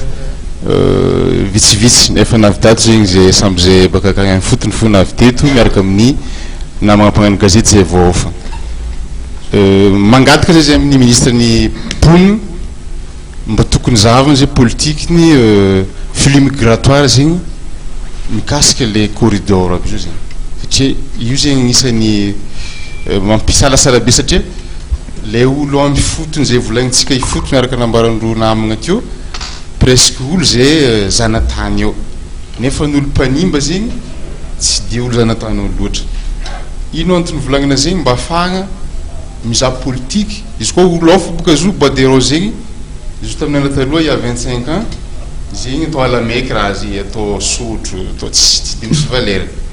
ka zay zegny mba mangataka sosikevitra ty amin'ny mpitondra fanjakagna tsy tokony ataotsika misy valerany zay bois de rose zay tsy tokony misy vidiny zay izy ampidianany izy taloha igny araiky misy koa miresaka ty resaka arena voajanahary ty boka tsy de bois de rose loatra fa maro be dehibe tsy voatanisatsika eto izy fa misy nahazo hoe koragnany rahalahy tato mikasikasika bois énergie charbon indrindrandrindra zegny aminay ao amin'ny fatridiana ao zegny resaka charbon onko ty zay fa tsy zovigna amin'olo eky fa nanjary karaha fa modèle be izy lasa lafovanga be ripoka zay onko jiaby ke zay zay mitompona andraikitry mahefa mba tokony zavana koa le politiky mba tsy agnanovagna le onko na ala onko zegny atao charbon satria araka nambarako teo le vahiny baka lavitra zay tegna mandrobaka le alaoniko tegna ankabeazany ke ino mahatonga raha jiaby zay dia ny tsifisia ny fanjakagna miza politique matipeka ahafahan'ny fanjakagna zay mba miza mesure d'accompagnement amin'ny richessetsika jiaby eto Madagasikara ka mba miangavy koa fanjakagna zay zay ina viana eto tokony miteto zay fanjakagna isantsokajiny amin'ny fagnambaragna zay fotony ao hoe mba tokony apetraka fanjakagna mazava tsara ino ma politique mba ahafahan'olo zay tsy hidrika agnaty ala any fa izy am'vila ty amin'ny tanàna ty fosy fa afaka miaigna izy afaka tsy manimba tontolo iainana tsy manimba recherche natureletsika fa mba misy toromarika hitany baka fanjakagna afahany zegny mba mivoatra lavidavitry fa izy koa tsisy mesure zay resan'ny fanjakagna mesure d'accompagnement de automatique zay horoboka fo zegny ariagnatsika jiaby io misaotra ya misaotra betsaka amin'ny parfait raisiko kely angamba zay fanamarihana farany atao amin'ny parfait zay satria dia ohatra miverina foana le resaka hoe ny fanjakagna solontenana ministera tokony ho tato anatin'ny resaka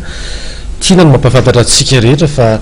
ny ministeran'ny tontolo iainana sy ny ministeran'ny mponina dia isany nomena fanasana hiatrika zao lohabary andasy izao noho ny fiheverana fa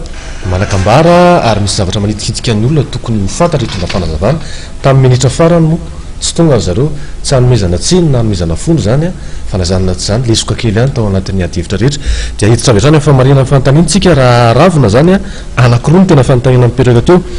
ny voalohany indrindra mitodika aminareo miralany afaritra avaratra sava iny hoe marina ve fa rehefa tonga ny fotoana amin'ny valoko hatramin'ny ray maraina fanaovana déplacement andramena dia tapaka ny tambazotra ny telefôna any amin'ny faritra misy anareo izaho any zany mandefa fatapatatra daholo zany numéro ny telefôna fampiasainay io raha matetika izaho mino fa misy ekoto mihitsy atao amin'izy io fa ataonay foana zany le izy ke io zany a tena marina zay a ny matetika zany misy conversation ataonay rehefa aveo de tapaka ho azy le izy de tsy miverina intsony tsy miverina iny raha tsy afaka fotoana lavalava indray amizay zany ny rantabe nefa ny pilone ny tellement sy ny orange de akaiky eo fa de samby sarotra zany ny fifaneraserana amizay io moa zany mety défaut technique ihany zay zany fa le izy zany amin'ny fotoana nay manao intervention le izy mitapaka ka de manay ihany zay sao de mba misy ifandraisany mitovy am'zay ve ny any amin'ny société lo ya satria boka zy matetiky paka Noël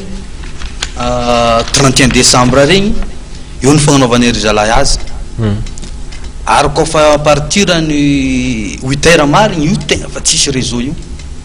tsisy io na miantso andeha mba iarahaba le namana nananina ny antena de tsisy raha azo satria efa mety angamba hoe mifandraika amin'izay zavatra zay angamba izy fifanjonjavatra sa tena zava-misy a fanazavana mety bidibina zao to fa fantanina anakaraha teo mitodika am'zareo any amin'ny faritra ambatondrazaka iny sy ny corridor akeny Andramena amin'ny hoe resaka adisisika tsy ny Andramena ihany a fa be deabe na rena voajanary manahoana ny adisisika manokana mikasika ny resaka safira zay le fanontaniana apetraka ery-fisy teo ho an'ny aloto mangolo moa zany a monsieur Lalaina no coordonnateur général anay a anatin'ny kazy a za no solotena ny Ambatondrazaka manomboka amin'ny herinandro ambony io ngamba dia anao ny adisisika rehetrarehetra momba an'izay tsika fa ny tena marina tokoa ny valeur no betsaka ny Andramena faran'ny ala ripaka mandripaka ala kokoa ny resaka charbon teviala safira volamena zay betsaka be ny didy ka androany moa zany niezaka ihany koa ny resaka safira fa maveza-danja kokoa le Andramena ny safira tena misy le safira satria misy ny olona mahazo tamin'ireny fiadina safira rehetrarehetra reny ary ny fanaovana an'izay adisisika zay a de tena iezaka be da be ary isorana moa misy olo tena mpanao gazety miaraka amin'ny loatra mangoro fa mino aho fa amin'ny herinandro ambony a efa hanomboka zay adisisika ngeda be ho an'ny safira sy ny volamena sy ny rehetrarehetra zay manoloagna zay mihitsy hoe ny safira ny ohatrana agnaty ala Anjanary be sud amin'izao Anjanary be sud amin'izao fa tsy Andramena mihitsy no alen'olo fa le vato agnatin'le Andramena ambany satria amin'ny fakany io manitsy hony no misy andramena amin'ny andramena io de ambany agny mihitsy fa arahan'olo am'izao ikoa tapagna le kakazo tsy le kakazo mihitsy ny alaigny fa le vato agnatiny tegna misy zay mitovy amitranga amin'ny tany rano mafana ihany koa de toy zay koa ny zavatra nitranga tamin'ny fitrandrahana mitranga anatin'ireny faritra rovany ireny satria ny fakany azo ny malaza fa fanontaniana telo manaraka ary avetrany tompoko. Vavy Marceline mpanao gazety avy eo amin'ny radio vonio Thomasina anisany niofana tamin'ity fiarovana ny tontolo iainana sy ny zavaboarintsika malagasy ity. Fanontaniana avy hatrany napetraka amin'izareo amin'ny Bianco ahoana ny mba vahaolana amin'ireo resaka maro makasika any kolikoly indrindra fa eo amin'ny resaka antia fananatsika malagasy lasa mitobaka amin'ny tsy tokony ho izy ity. Ary ny tena mampalahelo raha magnaraka an'ireny reportage regny tegna dia ny vahoaka madinika ny tegna lasibatra an'ireo gendarme agny ambanivolo agny fa ireo lehibe zany sahalan'ny hoe tsy voaharaka zany. Zay zany ho an'ny Bianco magnaraka amina manokana rehefa nanao ny fanadiadiana tegny fotony zay satria ny indrindrimo zany nanaovanay ny fanadiadiana tagny fotony dia hita fa filoham-pirenena tamin'izany fotoagna zany mihitsy ny voatongotonona tagnatiny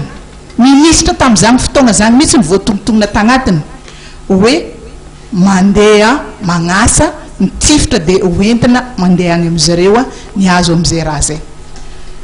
Mampalahelo ihany zany satria olona mahafantatra sy manampahaizana no magnano an'izay de mbola apetrako amin'ny Bianco ihany aiza ho aiza nareo amin'izay fotoagna zay. Amiko manokana raha nijerena ny zava-nisy tamin'izay fotoagna nandalovana tagny dia miverina amin'ny tenin zareo igny fotony ihany hoe nidina ihany re tompoko satria rehefa tsy havita ny adidiny ny fanjakana atsika malagasy manana amin'ny mantsikatsika apetrao ny dina magaga nefa misy ny dina amin'ireo dahalo isan-karazany ireo no de eken'ny mpitondra fanjakana anefa ny aveo rehefa misy fampiarana an'igny de lasa misy romoromo ho amin'ny vahoaka ka zay zavatra zay ataovy mazava tsara ny lalàna raha ohatra ka tsy vita ny fanjakana le izy ataovy mazava tsara ny lalàna sy ny fanomezan-dalana isam-paritra amin'ny dina io fa fongatra ireo fagnanaovana asa ratsy amin'ny rem-pirenentsika io. Setandriamaroasina mpanao gazety eo amin'ny l'Express de Madagascar nanomboatsika n'le adihevitra teo moa zany de nilaza ry zareo avy any amin'ny faritra avaratra avy any amin'ny Komatsa hoe sarotra ny miady amin'ny olona manam-bola miady amin'ny fanjakana zay foana le resaka teto. Hita hoe mihetsika zao ny fiarahamonim-pirenena zany any amin'ny faritra avaratra navoreto daholo nareo reo kanefa tsy andrery nefa misy an'le hoe fanodikodinana rem-pirenena raha resaka hoe andramena fotsiny misy hatrany anosy varika hatrany Fort Dauphin ohatrany tseno eno hoe tsy misy zany amin'ireo faritra reny sa hoe misy fa tsisy mamaky batsilana de mandeha amin'izao sa hoe misy miaro. Zay ny fanontaniana voalohany ny tiako apetraka. Manaraka zany koa tsy azo atao ve hoe famarosony namana atao amin'ny AVG ihany moa hoe maninona raha mitory ny fiarahamonim-pirenena efa mety azo atao koa ve ohatra zao hoe tamin'ny resaka hoe fakanakery frantsay tonga ry zareo tao anaovan'ny ambassade de France nitondra anarana sy anjara andraikitra eo amin'ny firenena hoe reto ny mpanao an'io de natolotra tany amin'ny fitondram-panjakana le izy de nareo any toerana mahafantatra ihany koa hoe reto le olona ka maninona raha ohatra ka tonga de hoentina zany le anarana raha hoe alefa an-gazety le izy mety sarotsarotra ihany satria misy mbola hoe présomption d'innocence moa zany resahana foana misy koa ny fanenjehana amin'izay zavatra zay fa rehefa misy ny fitoriana ka misy ny fiakarana tribunal mety ho azotsika resahana eto ihany zany zavatra zany mety hivoaka daholo ihany le anaran'le olona afenindreo ka zay zany isan'ny hoe vahaolana atolotro manokana moa zany nieritreritro manokana zay de anisan'ny nafinaritra koa ny fahatongavan'ny police économique eto zany androany amin'ity lobary endasy faheniny ity mbola tsy de eno eny loatra ny ao amin'ny police économique amin'ny resaka hoe ady amin'ny fanondranana tsokosoko sy ny trafikana hoe arena voajanahary de mba manitikitika ny sainy maro zany hoe inona ny mba hoe anjara publika sy anjara andraikitry ny zareo amin'ny police économique amin'izay fiarovana ny arem-pirenena zay saotra tompoko. Vonina Rakotondratsimba mpanao gazety avao amin'ny radio Oasis isan'ny nanatanteraka asa fanadidina lalina mikasika ny fatotoran'ny tanimbary tany aloatra. Ny zavatra hoentiko dia fanontaniana. Isan'ny napetraky ny mpandray-anjara teo teny am-piandohana fa mety misy tokoa ny kolikoly avo lenta ao anatin'ity raharaha ity. Dia mitodika amin'ny solotenany Bianco zany mba tia andre hoe manahoana marina mikasika an'izay, ary misy atao tantaratasy hoe tonga any aminareo Bianco mikasika an'ity raharaha fitrandrahana tsy ara-dalàna ity inona ny zavatra misy dia sady soso-kevitra ihany koa raha ny zavatra misy natao tao anatin'ity asan'ny fanaovan-gazety ity dia hita fa ny firaisana no hery, hita fa nisy akony ny zavatra nataonay niaraka tamin'ny conservation internationale raha tsy resaka fa tsy aloatra, satria samy ny olomay ny mpitantana tany atoerana rehefa nivoaka ny lahatsoratra samihafa sy ny fandarana ny rahanay zany sy ny tarika anankiray ny resaka momba ny bandro, ary dia tamin'ny forum faefatra raha tsy diso dia nitoditody avokoa ireo tompona andraikitra niatrika ny vondron'le fotony samihafa namaly ny fanontaniana ary ny lokaloka, ary tamin'ny faraparany taona 2012 dia nisy fandraisana andraikitra nataon'izy ireo mikasika an'ilay sahandrika, zany hoe toy ny asanay nisy vokany hita zany le izy, tsy vita vetivety nefa io fa mila mitoy ny asa. Ka soso-kevitra ho antsika zany tsy nisy vahaolana nangatahana teo dia aiza ho aiza ny fiarah-miasa anareo vondron'olona fotony fiarahamonim-pirenena amin'ny mpanao gazety mpamatsy vola sy ny mpiara-miombonanto kara teknika eo ihany koa ny Bianco ary ny eo amin'ny manam-pahefanana ny zandary izay manasolo-teny ihany koa eto tokony nisy firaisana kokoa amintsika ahafahana manatanteraka ny ady satria tsy vita vetivety le izy araka ny fanambara teo sotra tompoko. Zaka Riatefernesy avy amin'ny gazety taratra sady filohan'ny fikambanana mpanao gazety mikirikira ny tontolo iainana AJE. Mikasika an'le zareo vondron'olona ifotony raha ny fidiranay tany atoerana tany amin'ny aloatra dia nisy amin'ireo vondron'olona ifotony fijeriko azy ohatrany hoe tsy dia tena mitombona ihany mety misy famarinana ilay hoe mifandona ny vondron'olona ifotony sy fanjakana, kanefa zavatra tsy karitra ihany koa misy ihany koa ireo vondron'olona ifotony karazany atao hoe mandray roa, satria tamin'izy ireo zany misy nataonay hoe mpidaridalana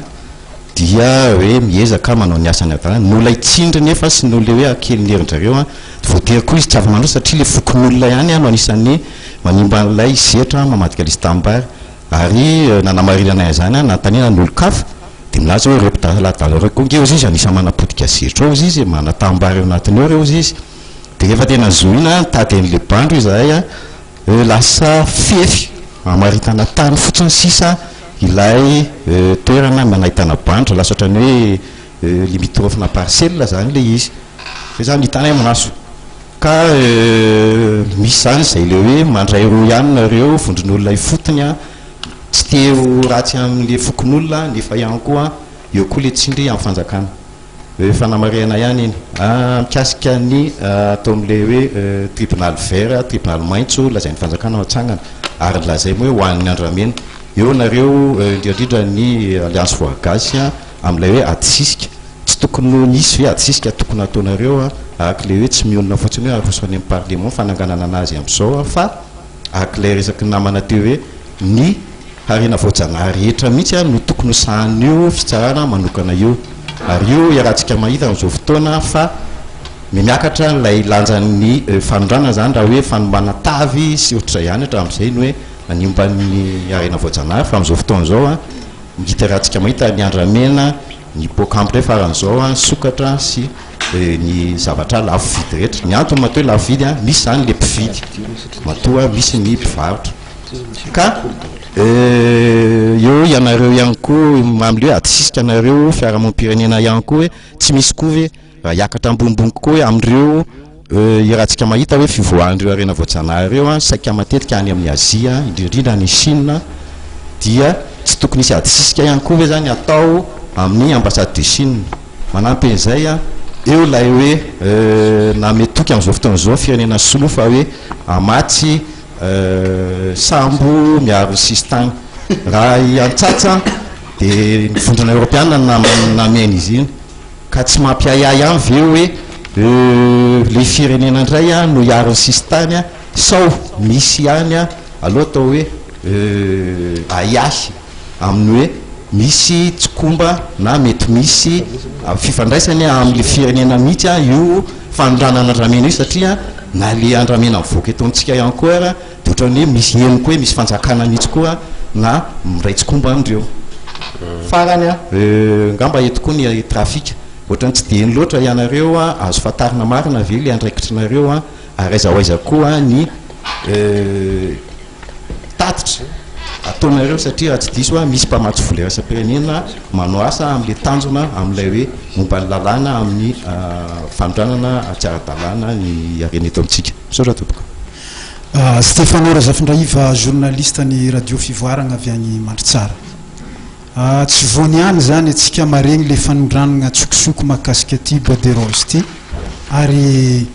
efa matetiky regny koa fa misy agnaran'olo re gros poisson amin'ny affaire ny bois de rose efa tonga any ampelantagnana bianco ny agnarana reo ologno reo eto zany zay dia mitodika aminare amin'ny bianco sy ny gendarmerie aiza oaiza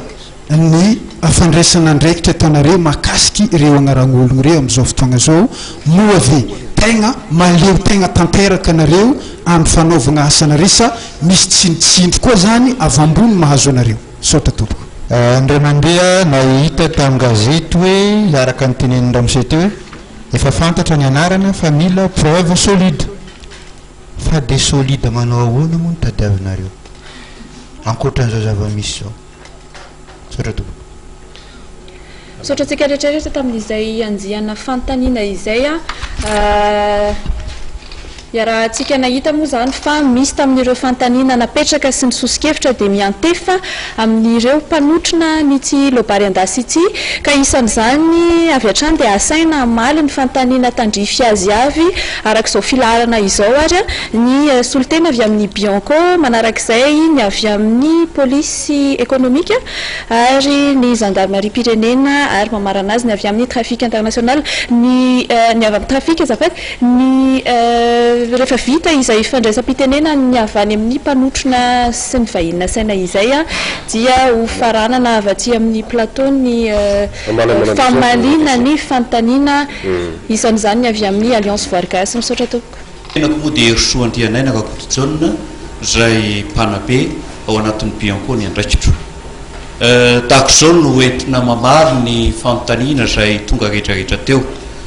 mampiasa ny teny hoe ady sisitra isika dia hoe hoe mila mitandrina tsika rehefa miady mila mitandrina rehefa misisitra fa sao dia effet contraire no azo ary zay ny tena zavatra manahirana amin'ny fanatanterahana andraikitra zavatra ray nikendrenao ny mifanohitra n'iny no azo satria tsy mahay miady ianao tsy mahay misisitra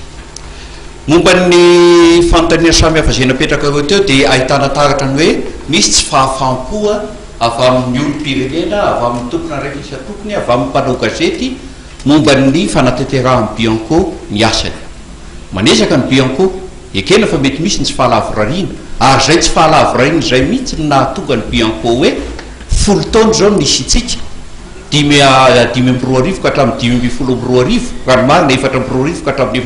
4 nanomboka 4 dia natao ny fanangonakevitra manerana ny Madagasikara ny aingatany amin'ny distrika tonga tao amin'ny faritra samihafa ny amin'ny paikady entina mandresy ny kolikoly ary dia nisy sosikevitra maro samihafa tao anatin'izany zay idika ho fanitsiny ho fanatsarana lay paikady mba ampahomby kokoa ny asany bianco ankehitriny dia eo andalam-pahalavorariana zay paikady vaovao zay hoety miasa 5 ka hatramin'ny 5 ary tena misy zavatra maromaro mihitsy nanaovam-panitsiana sy nanaovam-panatsarana mba amaly lay aya mba hanafaka lay tebiteby ary mba anaisotra lay tsy fahafapo eo amin'ny olom-pirenena na izany na tsy zany azy rehefa lalàna no mife tsy azo atao ny miopefy mandika lalàna anisan'izany ohatra ny présomption d'innocence zay zavatra tsy maintsy adzay anisan'izany ny secret de l'instruction sy ny secret professionnel zay tsy natao borahana amin'ny sehitra rehetra amborahana azy ary anisan'izany anankiray ihany koa ny hoe maleo tena marina ny bianco eny maleo tena tokoa ny bianco eo am-panatanterahana ny asany amin'ny maharafim-panjakana azy aloha dia misy ny fiankinan-doha organique amin'ny présidence tsy fa tsy fiankinan-doha amin'ny fanatanterahana ny andraikiny raha misy aza nitsindry dia milaza aminareo zay a fa tsy manaiky mora foana ary tsy manaiky mihitsy zay tsindry mety atao aminy diampo fa manatanteraka ny asany hatramin'ny farany atraizany hatramin'ny farany na nyresaka fanateadiny hatramin'ny fanolorana ny tota-taratasy makany ny fitsarana ahafahan'ny fitsarana manatanteraka ny andraikiny raha miteny sika hoe ahoana ny amin'ny itsy ahoana ny amin'ny roa ahoana ny amin'ny anarana ahoana ny amin'ny tompona andraikina tahako zao dia nyvaliteny tokana nomeko hoe misy ny fepetra tsy maintsy anajana ny secret professionnel sy ny secret de l'instruction ary lalàna manan-kery zany tsy afaka miopefemy zany sika fa zany no atao hoe maimiady zany no atao hoe mamisisitra fa ny amezana azy de ity tena tsara mihitsy le fanteny levitra rehetrarehetra ny voaka teo tsy misy sehitra ray na entité anankiray na tompona andraikitra amina sokajiny anankiray ka vita samyrerya ity zavatra irahantsika miatriky dia ny tsy sinny antsokosoko ny amin'ny andramena ny amin'ny arena voajanahary fa ny mampaombeny izy io a dia ny tamba be ary ny tamba be dia tsy maintsy fahamonana zay rehetra tompona andraikitra ny zavatra teny ilaina trandrana dia ny hoe aiza misy tompona andraikitra misalasala ilaina resena lahatra mba aompy ny tamba be misaotra tompo misaotra indrindra amin'ny fanasana tompoko ny tenako moa dia tonga eto manatanteraka iraka voalohany indrindra dia miasa ao amin'ny service central des investigations économiques et financières zay chapeauten'ny direction de la répression des infractions économiques et financières et de la sécurisation des investissements tenako mahakasika an'le tsetratreta tsy aritra tenen'le namana mpanao gazety teo mikasika amin'ny police économique dia tsotra ny tenako za tsy ivoana amin'ny cadre zay mahakasika ny mission dévolue any police pirenena tsotra fotsiny nisan'ny tompona andraikitra ohatra ny fiarahamon'ny pirenena sy ny simple citoyen malagasy ny police pirenena ary mametoky fa vonina hiaraka hiasa amin'ny société civile hiaraka hiady amin'ny fanondranana atsokotsoko amin'ny are-pirenena ary misy kolokolo koa ambadika ao lahara-pahamera ny police pirenena amin'izao ankehitriny zao ny ady amin'ny kolikoly ka dia vonina zay tompoko ary zay koa tsy matahotra saotra tompoko ny anjara asan'ny trafika moa zany anatin'ity tetika asa skeps ty a dia manatsara ny fahafantarana ny mahakasika ny fitrandrahana sy ny fanondranana tsokosoko a ny andramena sy ireo karazana reptile dia ny zavatra ataonay aloha zany atreto a dia manangona nireny atotam-baovao rehetrarehetra ny avy an'ny fotona ny amin'ny resaka statistika amin'ny akapobeany ary a mandrafitra an'ireny a ho tonga atao hoe zany hoe document de base dia ho aparika eto Madagasikara sy eran'izao tontolo zao la izy rehefa vita dia ny atao hoe zany hoe travail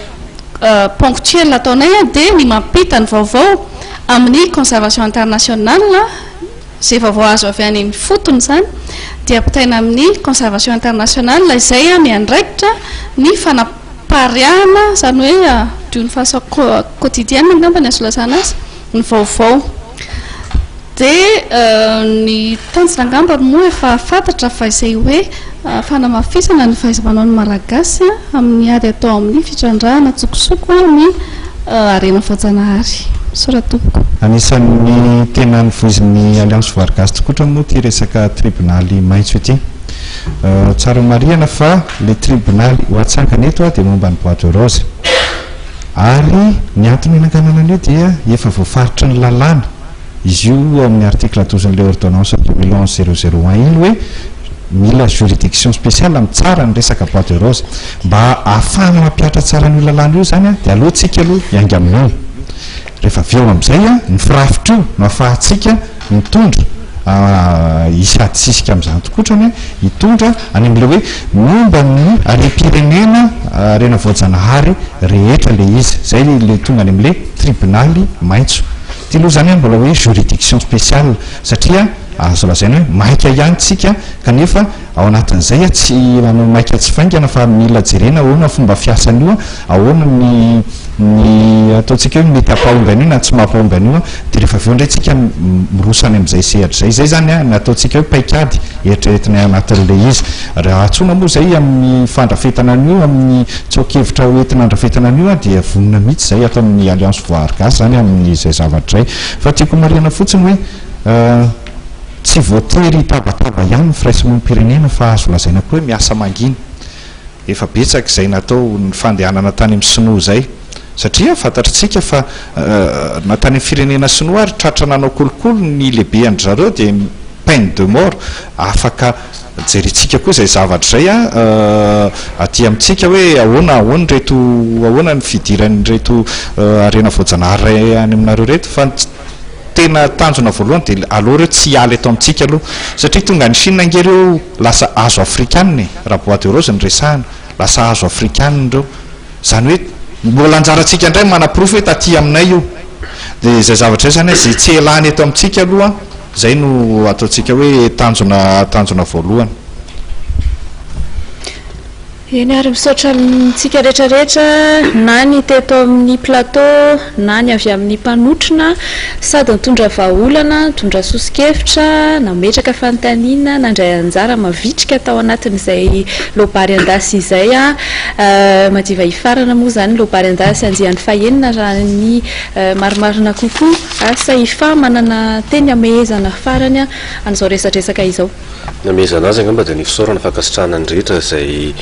na avolavitra na ny avy eto Antananarivo izay tonga nandray anjara mavitrika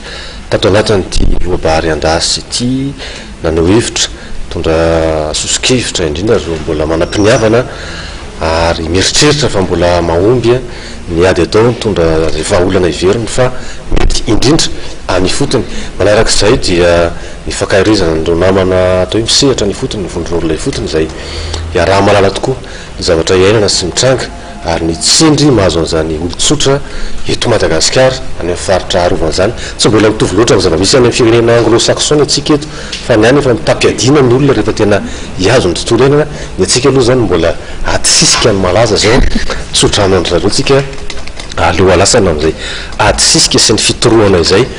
ny farana ny fandarantsika tately satria fa lasa dia lasa ihany ny fotoana ny amarana anazy fampatsahivana angamba hoe isa daholo reto vahiny zay niaka reto zao plateau androany reto dia ho asisiko angamba ny fampatsahivana azy ireo miaraka tamintsika teto Andriamatoa Lalaina Andrena Valina tompona andraikitra ary any fotona koa izy avy eo amin'ny corridor ankineny zamena io ihany koa Andriamatoa Randriamanantsoa Jean-Claude tafo miavo any amin'ny tanàna Safira ny dida any no misy azy any Ambatondrazaka Andriamatoa Andriaromanga Andry avy eo amin'ny Alliance Voire Gasy izay fa matetika ihany koa ny ahitantsika azy eto amin'ny lobary andasy toy izao dia teo ihany koa isan'ny avolavitra tamin'ny vahiny izay nandray anjara tato anatin'ny lobary andasy Andriamatoa Razafimahalala izay avy amin'ny tambazotra lampina any Mamabe any Maroantsetra ary Andriamatoa Stelio Andriananahary izay mpandrindraparitry ny Komatsa Marojegy Anjanahary be Atsimo any Tsaratanàna toy izay koa isaorana zafady Andriamatoa Vonjy Radasy Malala mpanao gazety namana isan'ny efa nisehatra tao anatin'ny fikaroam-baovao lalina lasa vodena tsy mengy aloha satria adino kely mialatsiny ireo zany zay ny teto amin'ny plateau isaorana ihany koa tately Rasonaiva izay niaraka nanentana teto tamin'ity ndrevitoraka ity isaorana koa ianao fa ary tsy adinoina ny misaotra atsika rehetrarehetra izay nanaraka hatramin'ny farany izao lobary andasy izao tsy ahivina fa ho atsika izay mbola te hamerina hijery amin'ity lobary andasy ity ankoatra izao fandefasana azy amin'ny matv izao dia misy ihany koa ny tambazotra tserasera ho aparitaka eny ity lobary andasy ity ahafahantsika mitsakotsako sy mandray ny tandrify antsika avy amin'izay vahaolana sy sosikevitra antso nataony reto vahiny reto izay dia misaotra anareo ary dia veloma mandrapitafa indray tompoko ohatrika ny mandrapitafa tompoko lasy tompoko vavy dia ho tsara miverina any amin'ny tanàna misy atsika tsirairay avy isika zay avo lavitra tonga teto makasitraka tompoko